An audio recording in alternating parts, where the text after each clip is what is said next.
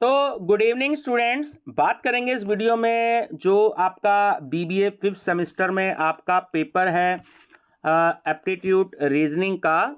तो एक बहुत छोटा सा टॉपिक है, उसमें आपका वर्बल रीजनिंग है ना और नॉन वर्बल रीजनिंग। तो उसमें एनालॉजी टेस्ट है, ये आपका सिलेबस में दे रखा। मैं देख रहा था तो कल मैंने पेपर जो अपलोड किया था आपका एप्टीट्यूड अर्थमेटिक एप्टीट्यूड का, तो वीडियो अपलोड होने तक अब तक लगभग 1000 से ज़्यादा व्यूज आ चुके हैं। आई थिंक शायद जो है कल एग्ज़ाम है ना।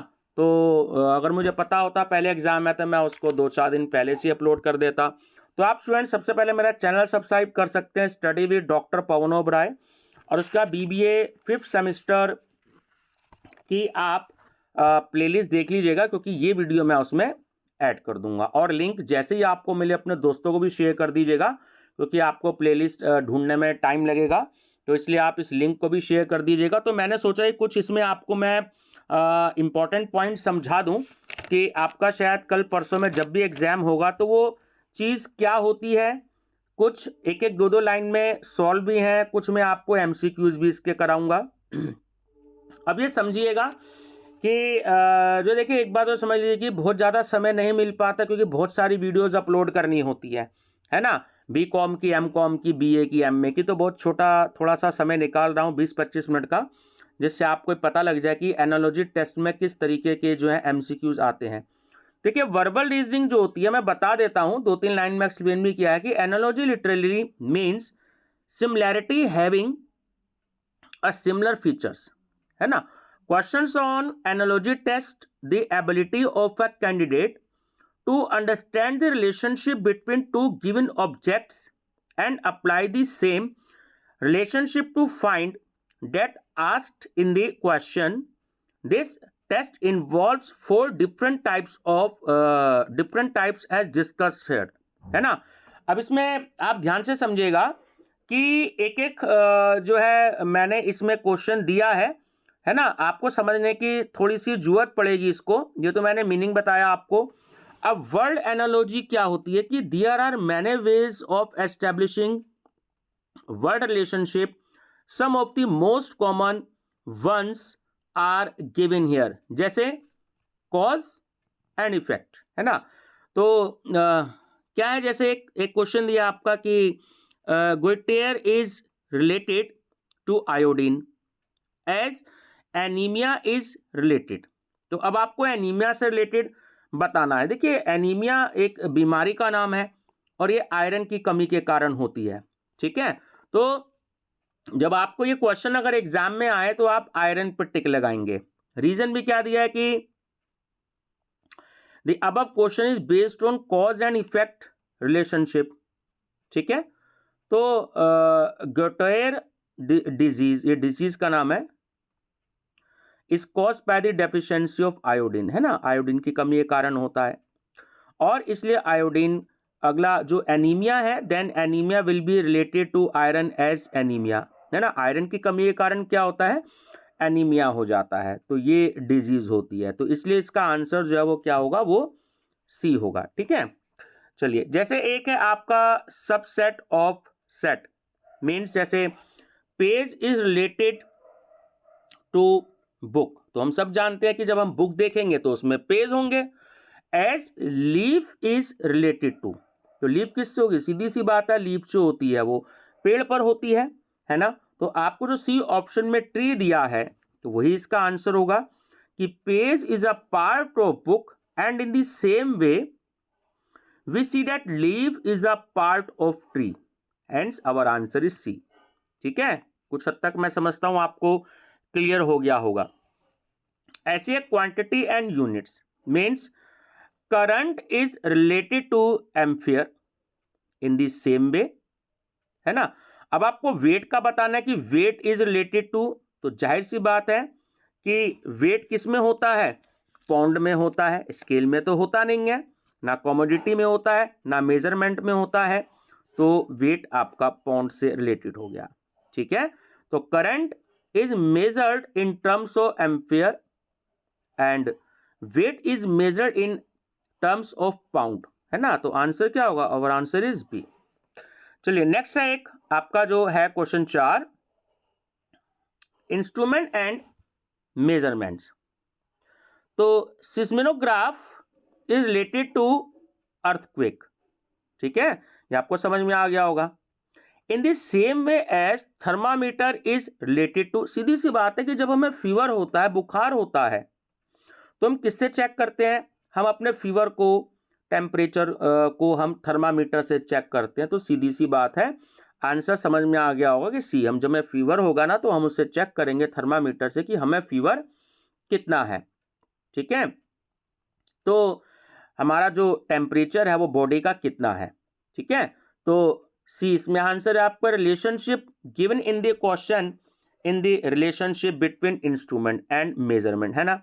तो सिस्मोग्राफ मेजर्स, जैसे हम अर्थक्वेक को सिस्मोग्राफ से जो है हम नापते हैं, तो इसी तरीके से हम थर्मामीटर से टेम्परेचर को चेक करते हैं। तो आंसर क्या होगा? वो सी होगा।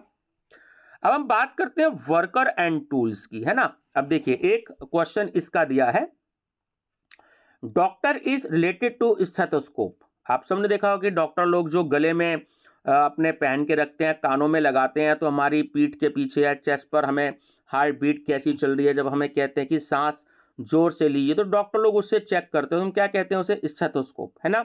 In the same way as painter is related to, तो बहुत सीधी सी बात है, आपने देखा होगा कि पेंटर किसका यूज करता है? पेंटर जो है वो ब्रश का यूज करता है, तभी वो अपनी पेंटिंग बनाएगा। तो stethoscope is use by the doctor as a tool to perform his work, ठीक है। सेम या similarly a painter uses a brush as a tool to perform his work, hence our answer is B.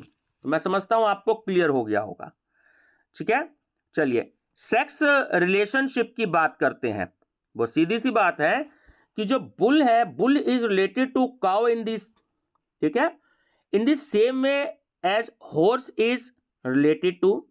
तो सीधी सी बात है, किससे related होगा? मेयर से रिलेटेड होगा। तो आंसर क्या हो गया? सी, है ना। जो बुल रिलेटेड किससे है? काउ से है, क्योंकि सेक्स रिलेशनशिप का क्वेश्चन पूछ रहा है। तो हॉर्स रिलेटेड होगा किससे? मेयर से, ठीक है। तो आंसर हो गया हमारा बी। ऐसे ही वर्ड एंड सिनोनिम। अब dearth is related to scarcity. In the same way substitute is related to. अब आपको ये बताना है कि सब्स्टिट्यूट किससे रिलेटेड होगा, तो वो किससे होगा? वो होगा आपका रिप्लेस से, ठीक है। जैसे कि हम सब्स्टिट्यूट क्या यूज करते हैं कि अगर हम जो है कॉफी नहीं पीनी तो हम उसका सब्स्टिट्यूट चाय यूज कर सकते हैं, तो वो सब्स्टिट्यूट हमारा हो गया, है ना। पेस्ट हम यूज कर रहे हैं, कोलगेट हम यूज नहीं कर रहे, तो हम क्लोजअप को यूज कर सकते हैं।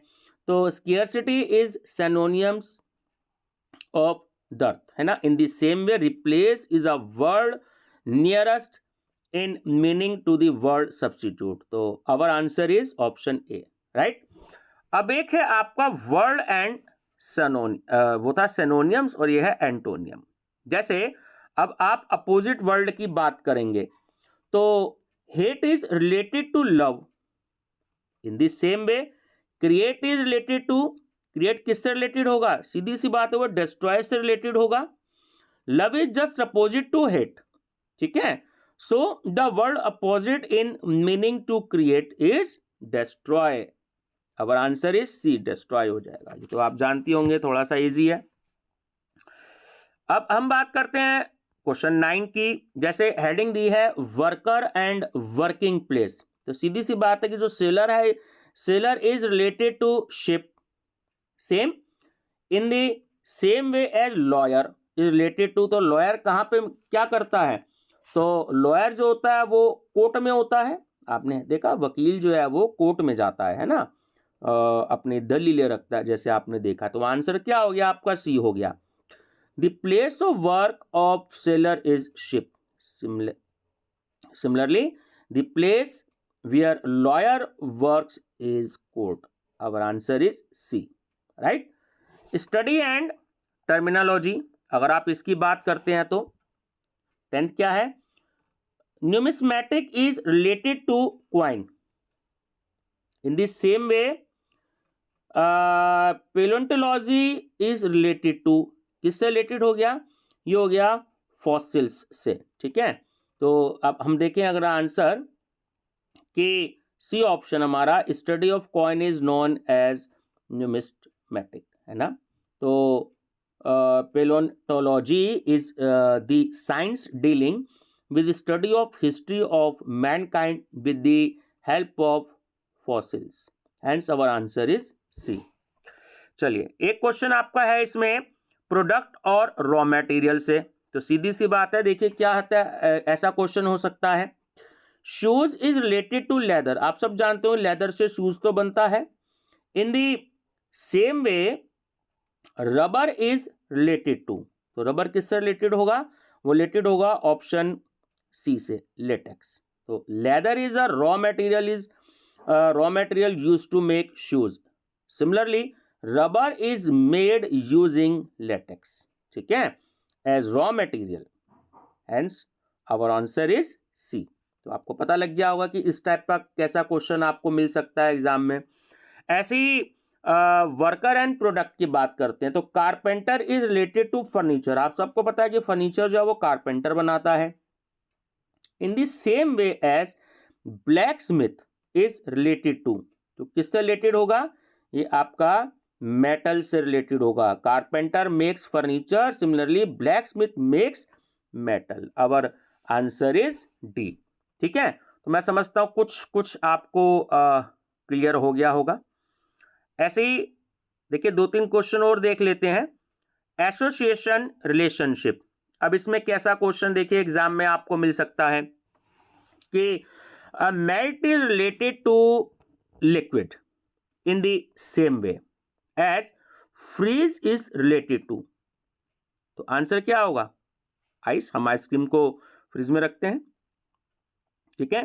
तो the term melt is associated with liquid because after melting the ice we obtain liquid, जब वो पिघल जाएगी तो। Similarly,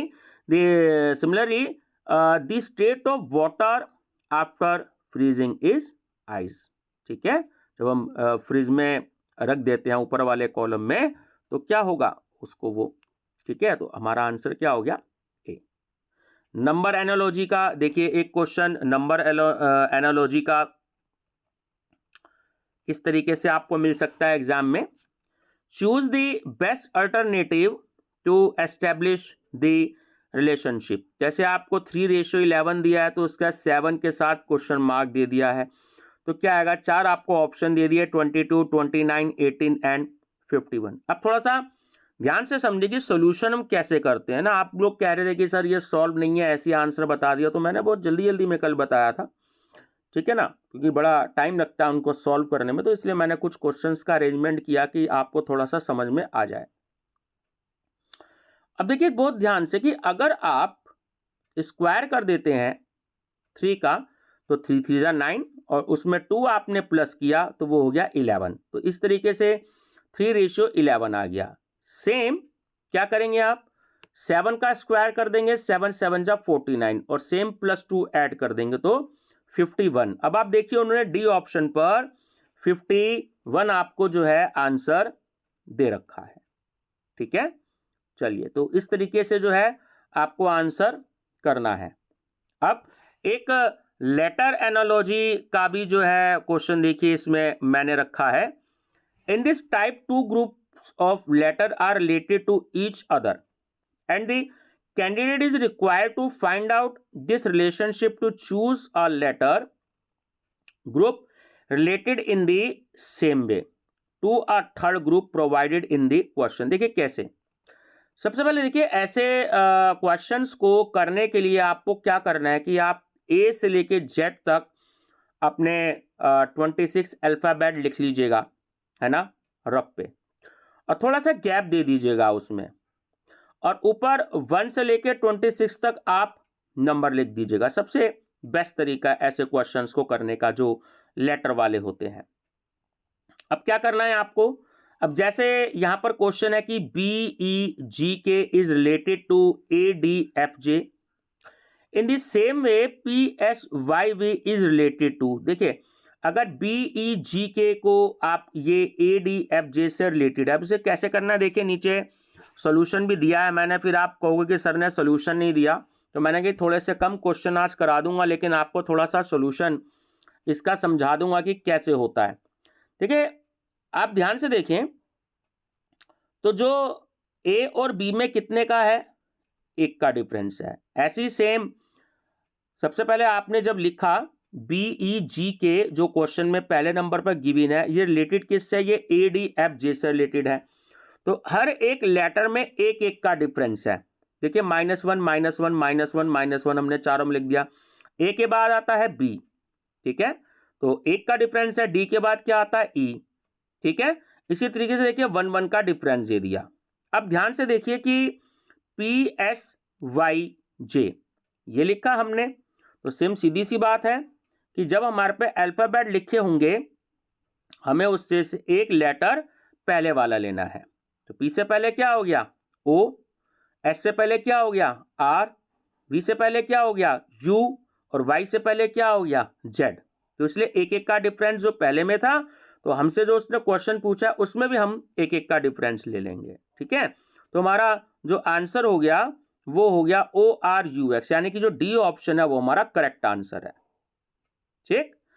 चलिए एक लास्ट क्वेश्चन और जो है देख लेते हैं इसमें, क्वेश्चन नंबर 16 जो मिक्स एनालॉजी का है, उसमें देख लीजिए कैसा क्वेश्चन एग्जाम में आपको देखने को मिल सकता है।